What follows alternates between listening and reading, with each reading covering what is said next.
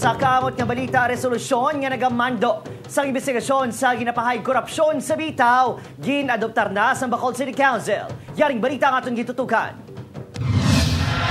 Sa ginhiwat nga sesyon sa Bacolod City Council, nangin unanimous ang pagsuporta sa resolusyon ni Councilor Al Victor Espino nga magatukod sang committee nga magatutok sa ginaligar korupsyon sa Bacolod Traffic Authority Office o Bitaw. Mismo si Espino ang nakabatod kuno sa impormasyon nga may pila ka empleyado sa Bitaw nga himata ni Bitaw Head Major Junji Liba.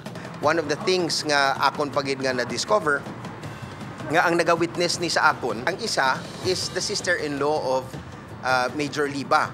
Si Abner pariente sang iya asawa. Ang isa pagid na akon nga ginalantaon dara ano na nading Bitaw pamilya inkorporada.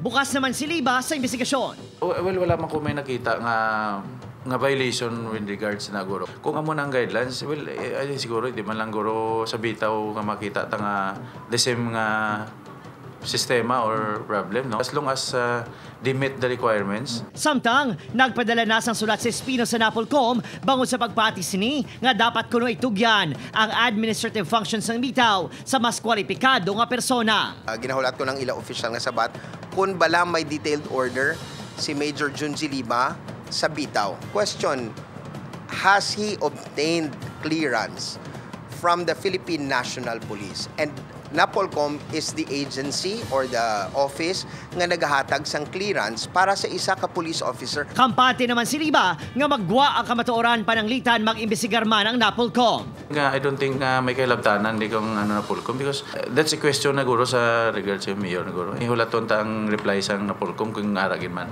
Isa na, katuig nga nagpungko si Liba bilang concurrent head sang Traffic Enforcement Unit sa idalom sa BCPO kag Bitaw nga sa idalom naman sa Mayor's Office. Adrian Prietos para sa GMA Regional TV Early Edition.